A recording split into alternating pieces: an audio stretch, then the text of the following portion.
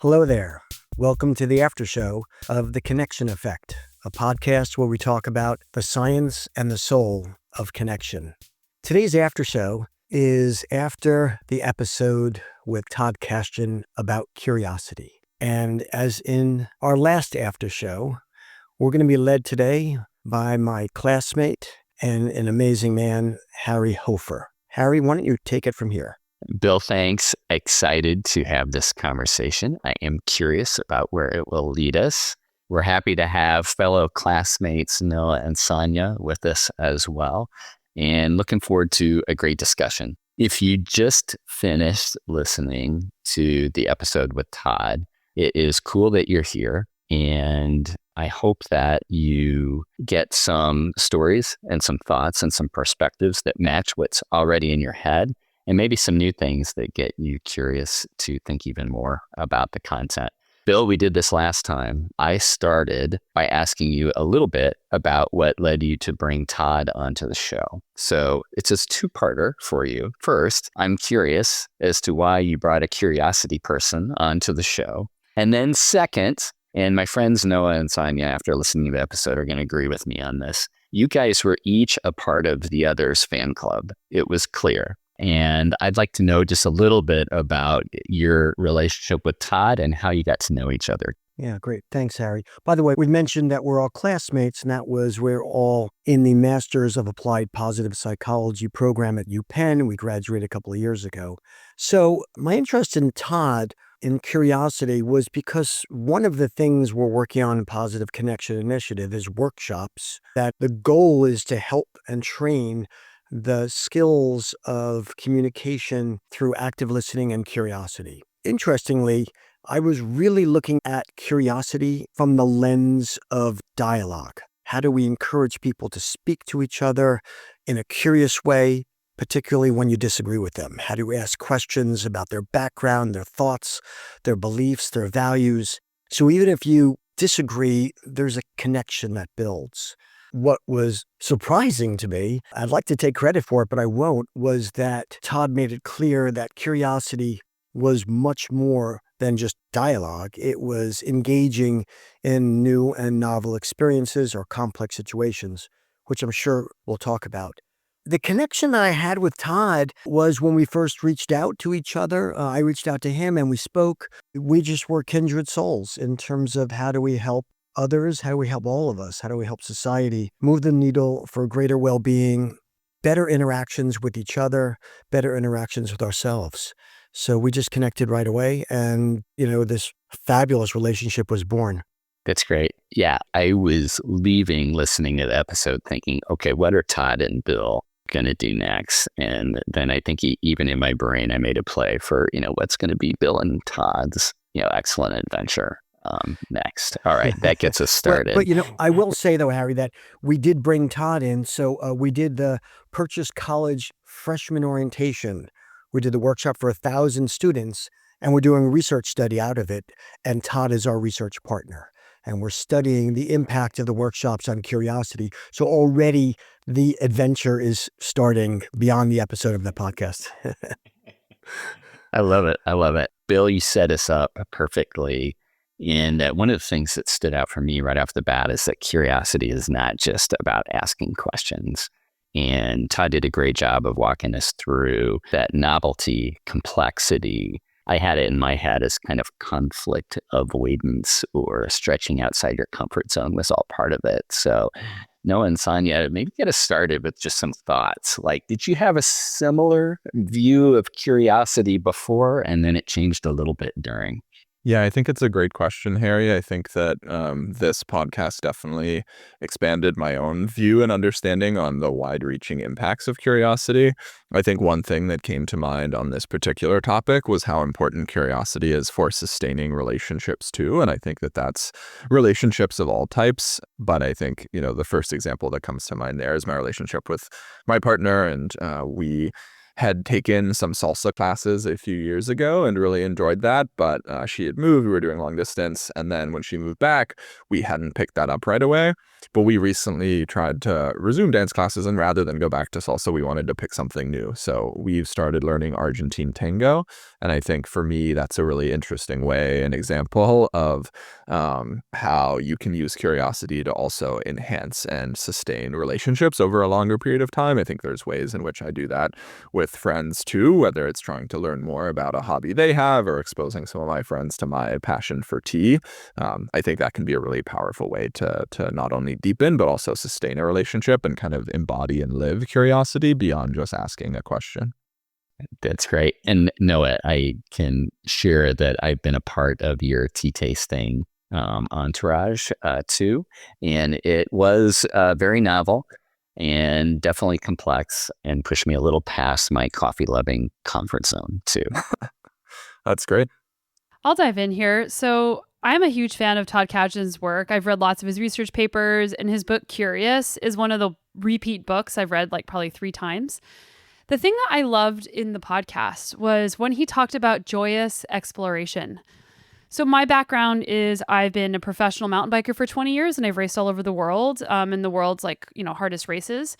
And one of the questions people always ask me is, why do you do it? Why do you pick these really hard races? And when Todd said joyous exploration, it just gave me words for why I do anything. I'm so curious to see what's possible, not only because I just want to see what's going to happen, but it's an inner exploration. And when I thought about that, like all of us in our lives are on a joyous exploration whenever we set off for an endeavor or take a risk of something that we're curious about, whether it's taking a risk when you're an old person sitting playing chess at the country store, like Todd talked about, a risk signing up for a master's program, a risk signing up on the Aftershow, whatever that thing may be.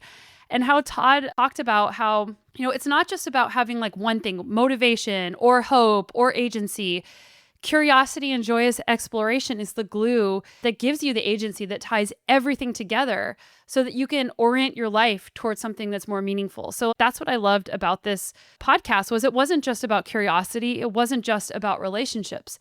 It was zooming out on a way of living your life that gives you so many different things that improves your tolerance to going after the things that are most important to you. I love what you just said. What if we all got up and each day we thought about what's one joyous exploration activity that we could do? And we put that into our schedule. Even if we didn't do it, just the knowledge that that is possible, that the world gives us this incredible amount of opportunities to do things, talk to people, explore and engage new hobbies. My wife and I just started pickleball, and I was like, I'm not doing pickleball. And I realized that I was concerned. I didn't want to get hurt. I didn't know if I was going to like it. I didn't know if the people were going to be involved. I don't want to be one of those types that he's the pickleballer. And then we did it, and we realized once we went past that comfort zone, the rewards were significant. So I do think, Sonia, that one of the amazing things of life is the opportunity to have joyous exploration all the time. Within reason. Obviously, we have to work. We have obstacles and stuff. But I mean, it's out there for us to grab. Bill, I'm going to follow up on that and we can all talk on it. That sounds great, right? And we've even referenced excellent adventures and joyous exploration already, right? In the first few minutes of the after show. Todd talked about that for a lot of people, then that uncertainty, anxiety hits. And you referenced it, Bill, a little bit, even before pickleball too. I'm curious, how do you keep uncertainty, anxiety from keeping you in the exploration phase? So I love this because there's this book called Unwinding Anxiety by Judd Brewer, and his work is all about using curiosity, kindness, and compassion to change your behaviors. And he says, in order to unwind your anxiety, you have to use curiosity to ask, what am I getting from this? To use curiosity as its own reward value. So if you're uncertain or anxious about something, you're trying to cling to a known outcome and asking yourself what you're getting from that rumination and that or that worry. It's more worry than rumination of what am I getting from this? That's not actually using curiosity in a way that's expansive, instead of using curiosity for its own sake. Yeah, I think that's a really interesting point too, and kind of bridging the points you just made with some of what Bill was getting at earlier. I like this idea of how do you explore and engage your curiosity in potentially small but still very impactful or meaningful ways. And when you're joyously exploring, picking up an entire new sport seems too daunting. Even, what is a new place you can try out an existing hobby you have? If you're a big coffee drinker like Harry, how can you try a new coffee shop, maybe in a neighborhood you haven't been to before, and get out of your comfort zone and engage your curiosity in some of those smaller ways? And I think that doing that and trying to then reflect back on how you've used curiosity before and how that's been interesting for you. I think the podcast talked about how when you're reflecting back on that, maybe there's some times where it just didn't go as poorly as the catastrophizing side of your brain had thought. But maybe there's also some times where it went great and surpassed even your best hopes and dreams for how that experience was going to go. I know that I used to host a lot of these 2-hour mixers to try and help people bring together new friends and engage with new ideas. And it's interesting too, because I think as I've gotten out of the habit of that, I've sometimes felt scared to go to a new social activity where I don't know anyone. And it's been really interesting to reflect on that in myself, where even, having written my capstone on that in our psychology program and having hosted dozens of those events, I can still see sometimes my own apprehension or a little bit of that fear to engage with my curiosity. And I think the idea of reflecting back on times where that has been either net neutral or a positive, in addition to some of the catastrophizing we're all prone to in various degrees, I think can be really helpful. Harry, I love the question because it looks at human behavior and how can we change and how do we grow? I think science is really unclear, and it's person specific, it's episode specific, it's activity specific. Todd gave a couple of answers. I mean, Noah, you just mentioned just reflecting on previous successes. Todd had something I never thought of, which was the magic wand, where wave a magic wand and makes you the most curious person in the world, and now you're going to engage in that activity. And imagine what it could be. So I'll use the pickleball example. I guess if you did that, I mean, I didn't, but if you did do that and you waved it and I would dream or conceive, I got great exercise. I met great new people. I learned that I could actually play the sport. I'm feeling physically better with more vitality. That's interesting. If you sort of just envision, or he mentioned, imagine just going on Google and just where would you search if you were become the most curious person in the world? Then I'm like, wow, I would want to learn about a lot of things. So I sort of like that. I don't know if it works practically, and if anybody in our audience tries it and it works and it gets you to move towards the thing you were moving away from, I think we'd love to hear from you about that. Yeah, the question was, if you were suddenly intensely curious, like he added that adjective to it, what would life be like? And then he kind of listed all the different arenas of life too. Yeah, Noah and Sonia, what would life be like? I think we're all pretty curious on this after show to begin with, but what if you were even more intensely curious? So whenever we think about curiosity or we think about expectation, I think our anxiety comes from some sort of expectation of what could happen, trying to predict what could happen where you can't know what's going to happen. So if you're intensely curious, that curiosity feeling and cognitive experience would overpower the concerns, right? The self-conscious concerns that come with needing something to be a certain way, or what are people going to think about me? And also, I'll make a counter argument to that is you could be intensely curious about the wrong things. My work is with high achievers and on accomplishments. What are we reflecting on? If you're reflecting on all and getting curious about all the things that are going wrong versus all the things that might be going well, like what Bill said, talking about pickleball, it would be great to be intensely curious. And I think it has to be pointed in sort of a virtuous direction. I like the idea of just venture for the purpose of curiosity and lowering your expectations of the result.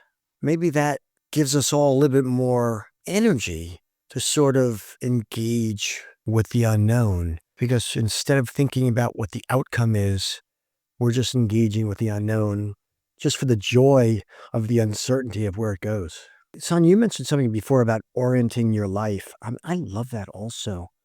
We had a previous podcast episode with Scott Barry Kaufman about self-actualization. He talked about North Stars and that we should be not ending at a North Star, but having a North Star guide us. And what if joyous exploration was that North Star, was one of our North Stars? And we just made that part of, what we did every day or every week or every month or every year. It's a cool rephrase, Bill, of the magic wand question, too. In fact, I think if I ask that magic wand question, I'm going with the North Star version of that you just are endlessly, right? You're never going to reach that destination. What popped into my head as Sonia was talking is that, like, I do know people who have a real need, or their North Star is really for closure and certainty. Like, that's what they're trying to find, closure and certainty. And it's an interesting, almost like core tension between closure and curiosity that fascinates me. I'm lucky to be in a job as a coach where that's the number one skill I need to have as a coach, is to be curious. And in conversations, though, I do feel that there's a bit of a battle sometimes with someone who's attempting to take things to the next step, but they've got a wall of closure and certainty and safety that's keeping them from getting there. That's an interesting point, Harry. I would be curious, too, to hear your opinion on some of those experiences you've seen people grapple with for how it impacts energy.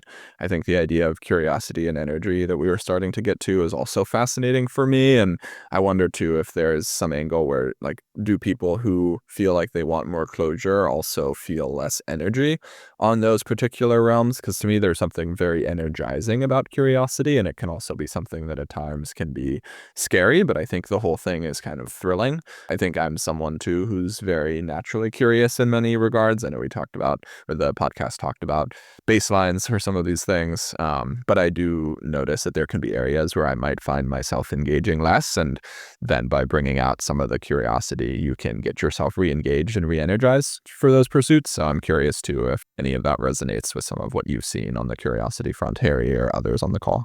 Yeah, I'll build on that and want to throw it to the rest of the group.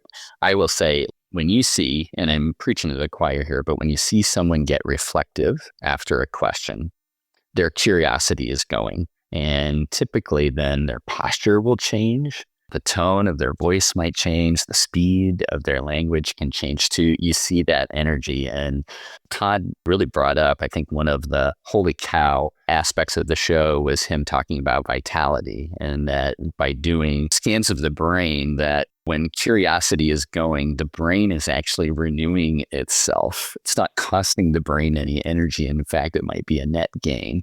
That was fascinating. And then it dovetailed right into him talking about how curiosity slows cognitive decline. So if we're not out on a quest as people who like to connect with others to get curiosity going, gosh, we're missing out on just really powerful, even physical things that happen. I want to build on the energy thing. I love, Noah, that we're talking about being re-energized or energized. How about all of us as we go through this complex world? We get in moments or periods when we have brain fog. We get a little stagnant. We get bored, whether in our jobs or at our home life or in our weekend life, or we maybe have less hobbies than we're hoping to. And how much can we take curiosity and do something and be revitalized? It's almost like that little energy boost or that pill that we can take any time of the day that we choose to. Let's talk about choice. People who are looking for enhanced well-being, if they knew the amount of agency that they had to change who they were or how they felt at any particular moment, I think would be amazed to realize all the different agentic superpowers we all have. And curiosity is one of them. It's something that you could do anytime. You're sitting at home, it's a rainy Saturday, and you don't have that vitality or energy. Call that high school friend you haven't spoken to in a long time. Take out a pencil and a pad and draw because you've been thinking about, gosh, do I have any artistic abilities or talents?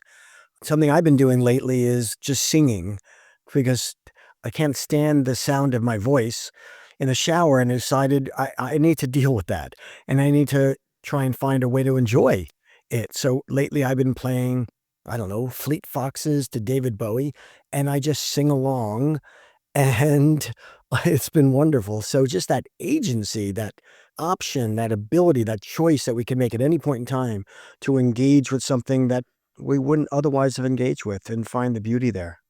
Yeah, I love that. Would love to hear some of the shower singing at some point, Bill. I don't know if that's the next podcast you'll be launching, but You're curious to witness my curiosity activity? maybe just listen in without the witness. Waiting for the recital, actually. No, I think that's a safer place to go. That could be a while. When Bill says that, I can't help but think about, from like the meditation space, curiosity and judgment cannot coexist. So like if you're singing because it's fun and you're trying it, if you're curious about your experience rather than judgmental and evaluative of your experience, it gives you more energy, and it also makes you want to do it more because you're not sitting there saying, man, I'm off key, I suck. It's like, I'm doing this because it's fun. And like, what am I getting from this? Like what about this is giving me vitality, and it feels good to sing, even if you're singing, and maybe you're like an amazing singer and you're just being really judgmental of yourself and being hard on yourself. Yeah. I think it's good to emphasize, Sonia, too, that, judgment is just such a barrier to so many of the positive things that the connection effect talks about, too. So I do think that we need to call it out and call out the self-judgment, which you're talking about, too. I think agency does take judgment out of the equation, and having the ownership to just choose how you feel and battle through the uncertainty is big. I just started a Spanish class, and I'm really enjoying the class because it's held at a party room of a bar, and so they encourage you to have a drink or two before you go in. The reason I bring that up is that this retired Spanish teacher who does this class, I think, is trying whatever she can to keep the judgment at the door and just bring you in to have fun. And as you come in, you're listening to music and there's candy, you've got your drink, and then she's mixing up the tables, so you're meeting new people. It is just hitting on all of those. I'm taking away all those barriers so that your curiosity can be ready to say, I wonder how this will sound when I try to pronounce this word, or I wonder what is the word for Thursday because I can only remember Monday through Wednesday, those types of things. Yeah. Harry, I'm curious to ask more about that too a little bit, and to get this group's perspective on how curiosity can be used to avoid getting stuck in some of those judgment traps. I imagine some listeners might be wondering, okay, I'm curious, can I hit that next note? Can I say this sentence in Spanish? And then as soon as they hit that note or say that sentence, whether they do it quote unquote properly or not, they then might start judging themselves. I'm curious how you all are thinking about that, and how can we try to all re-engage with more curiosity rather than getting caught up in that judgment as a reaction to whatever the results are of our initial curiosity. Yeah, let's talk about that, because Bill, this was a key part of the episode, I think, where you changed the order of the questions that you wanted to ask because you were getting into coaching, and really, is curiosity trainable too? So I think Todd gave us that question to just even start with. In what ways are you curious now that really pushed, I think, in the direction, Noah, you're talking about? Well, Sonia mentioned, I think, a real key before, which is if you take out the judgment aspect and you just do it for the joy of the activity and the exploration of the unknown, then that may have its own rewards right there.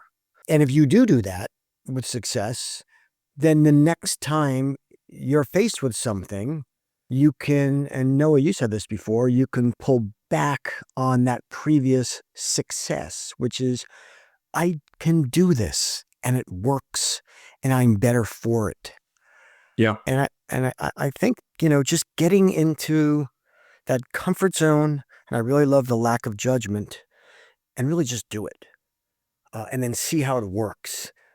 And listen, maybe it doesn't work, right? What if you do something and you can't help but you judge? You go to a painting class and you look at it, and even though the teacher says great effort, you say, I stink at this, I'm going to stop.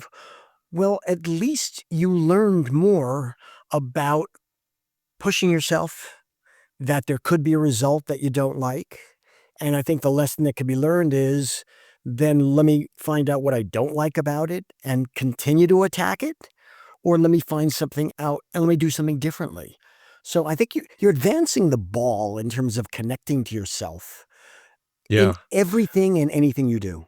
Yeah, I think on the topic of advancing the ball too, it's really interesting because even though that curiosity might be something you decide to no longer move forward with, I think the great thing about curiosity is that it is inherently encouraging you to pivot and to think about what's the next thing you're curious about. And so in that example, Bill, the painting class, maybe you realize, your initial curiosity for painting is satisfied, but you meet someone at that class who tells you about another interest or a hobby or idea that they may have been having. And then that is where your curiosity kind of takes you next. And so I think one of the great things about curiosity is if the first thing you try isn't what ends up sparking more curiosity, or you end up wanting to engage with it further or not, you probably have picked up something else to be curious about along the way.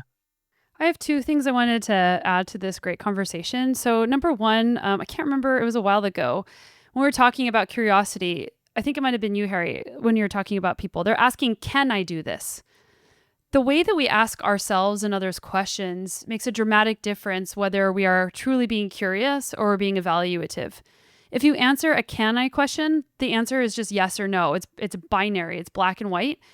Curiosity adds all the shades of the rainbow to what you're doing. If you ask the question, I wonder how I can do blah, blah, blah. What would it feel like to do blah, blah, blah? That's where the shades of color start coming into that experience. And since I'm using the metaphor of color, I don't know if it's a bad metaphor, but like, Bill, you were talking about you were talking about painting, right? If you've never painted before and you're going to paint, the evaluation of the experience of painting shouldn't be, oh, is my painting good or not?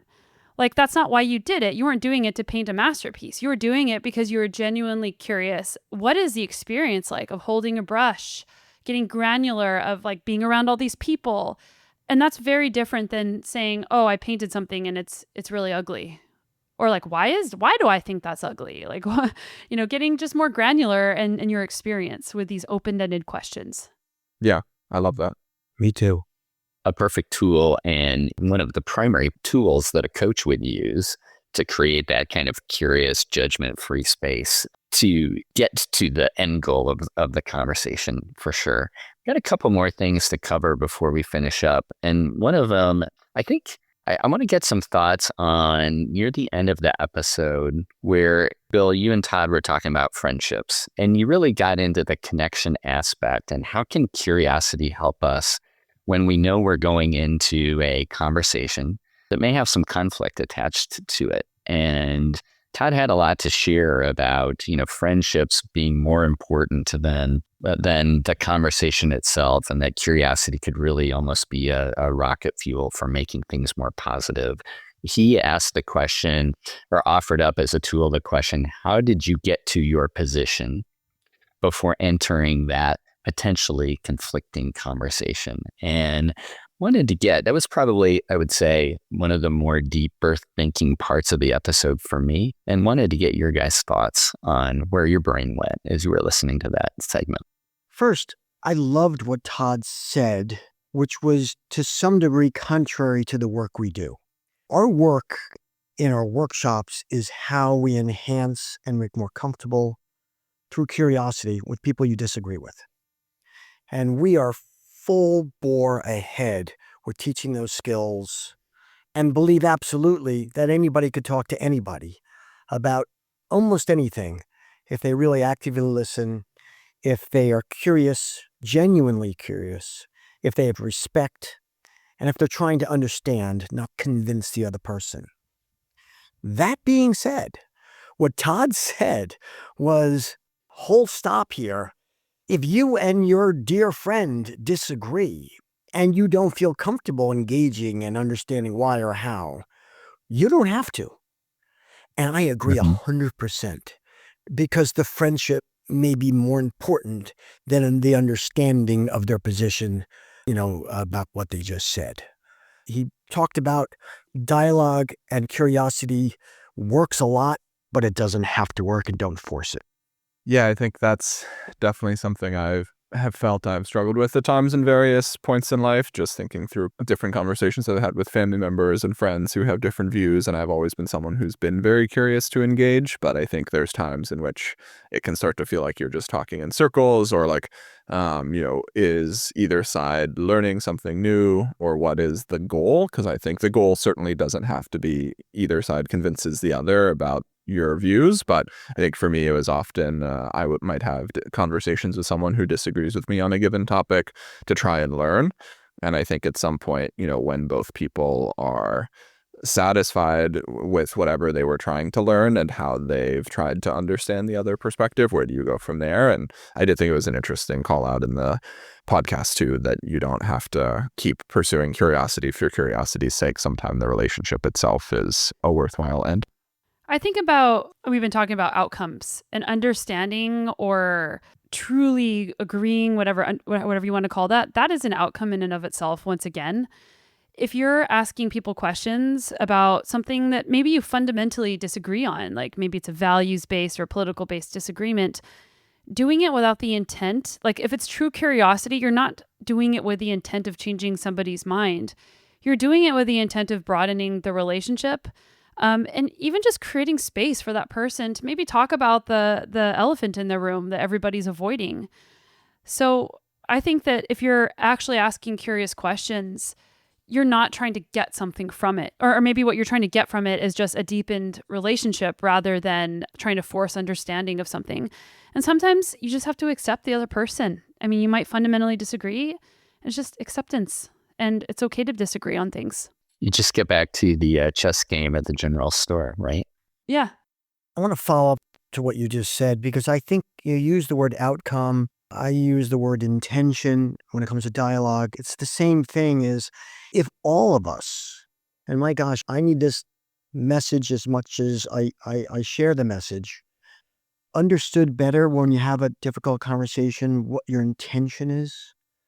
Because intentions could range from just understanding with the other person, just connecting with the other person, just allowing the other person to vent, or the intentions could be for you to share your own thoughts and perspective. The intention could be to find commonality, or the intention could be to convince them of your position. There's no right or wrong, but what I think is key is before you go into that conversation, and this is not easy, because it's a quick connection to self of like, what's my intention here? If you had that reflection, I think it helps the conversation that ensues be much more natural and much more effective. I like it, Bill. And even if we go back, and I'm going to run the risk of taking us back into grad school moments that might make you twitch a little bit, but I think I can still be confident coming into a conversation with a hypothesis. But then because it's a hypothesis, I know it could be untrue. And so I'm curious as to why it might not be true. And that can allow me, I think, to bring a strong point of view, but yet keep the curiosity right there running parallel and dive into those difficult conversations. That's, I think, one of the takeaways. But I was really glad that you guys went to that place and brought curiosity along with the conversation. Many subjective things can be true at the same time. Oh my gosh. Yeah. Let's make sure that we add that to the show notes at some point for most definitely. It is close to when we need to wrap up. But I thought a cool way to wrap up would be to go to the question that Bill left at the closing of the episode. So we can go around the horn, because I am just curious as to how you're going to answer this. But Bill's question was this: where are you leaning away from something unfamiliar? And what might happen if you leaned in a little? So Noah, I'm going to start with you. Yeah, I've been thinking about this one. I think where I've been leaning away will sound maybe small, but I think is still meaningful. I think I've been leaning away from finding new places to engage physically, whether that's in the gym or new workout classes. I think I've had different routines over the course of my life for exercising that have felt very comfortable, or what I'm very used to. And I think sometimes when I am trying a new type of workout or a new physical like gym space, I can definitely see some longing for what might be more familiar that will cause me sometimes to disconnect. I just got off a year last year of maybe leaning back towards exercise I'm more familiar with running, where I did a mile a day every day. And so I think one thing this year to counter maybe last year being more of a focus on what I'm comfortable with and used to, having been a runner basically my whole life. I think this year I'm really interested in engaging with new forms of activity, spending some more time on yoga or new different group classes, and trying to be curious about different ways to move my body as I try to continue to stay active throughout life. What might happen, Noah, if you leaned in a little on this? Yeah, I think that in addition to probably the physical benefits of just getting more exercise too, I think there's some interesting social ones. I think one thing I've been reflecting on is that lots of the times in which I was the most active, there was a big social component. And so I think that as I'm leaning in and trying to be more curious, I'm really excited for ways in which that might also lead to new communities around physical activity as well. That's great. Always building networks, Noah. I love it. Sonia, how about you? Thanks for sharing that, Noah. I'll share two things that I've recently done. One, and Todd would actually like this, is about 6 months ago, I committed to doing powerlifting 3 times a week. As an endurance athlete, riding a bike for 6 days a week for 20 years, I would say it took some courage to make that change. So that's been really, really awesome. I think a good question is like, what are you avoiding? I've wanted to write a book for a very long time and have had many, many versions of book proposals. And again, about like 4 to 6 months ago, I got an agent and we've been pursuing publication, which requires putting yourself out there and is very hard. The thing in my current experience, I tend to avoid boring things. So I was kind of making jokes in my head. I need to lean into doing tedious, boring things like my taxes. Like, where am I procrastinating? Like, I hate doing my taxes. I hate organizing my desktop. Like, there are a billion things on my desktop right now. Like, but I can use curiosity to make mundane tasks exciting. And I know it. Like, whenever we have this conversation, I'm just being judgmental of the task. So my implementation intention is that I'm going to be doing some of these boring tasks using curiosity as my motivational force. I love it. I can feel the productivity energy flowing too. Bill, I'm going to share mine and then throw it to you to close us out. So I would say you guys know I've moved to Chicago and I'm almost at my year anniversary, and I'm blessed to have too many friends. However, I have a limited number of friends in Chicago that I know, and I want to build that network. And I have been, despite my overall friendliness and love of new people, it's felt unfamiliar to me to have to start from scratch, especially in my immediate neighborhood. And I know that when I lean into that, curiosity will be my North Star for that goal. There's no doubt about it. And that is my favorite superpower to begin with. So I'm really looking forward to seeing, with a little bit of curiosity as my sidekick, what type of friends and companions I'll meet over the next year. Bill, this has been a great conversation. I'd love to hear what you're leaning in on other than pickleball. And then please close out this great after show. Great. Thank you, Harry. What a fabulous job that you have done facilitating. And Noah and Sonia, it was so great to see you. And my gosh, the thoughts that you guys shared, I've written down, I've taken a lot of notes, so I'm going to be reflecting on them. What I'm trying to lean towards is to have more being and existence and non-productivity in my life. My default is being productive. I want to grow. I want to help. I want to matter, which means I want to give value. And we're going to have at least 2 mattering podcast episodes in the next year that I'm really excited about. And I lean away. I don't lean towards the other side of just being and existing, whether that's meditation, whether it's taking walks in the woods, whether it's being in silence, whether it's just sitting in a park and looking at the beauty of the color blue in the sky. And I think the fear is I'm going to lose that moment to be more productive. So I am going to try, that's my homework, and I've been thinking about this a lot lately, to add more to my world of my existence of just being. Okay, so thank you for that. What a great question, Harry. And it's so nice to share those thoughts for all and to hear these thoughts. Noah, Harry, Sonia, you guys are awesome. Thank you for coming. The conversation doesn't stop here. Visit our Substack at connection.net/Substack and add your voice. We want to hear from you. We want to respond. We want you to be part of this community. We want to keep this conversation going. Thank you for joining us in this journey for well-being.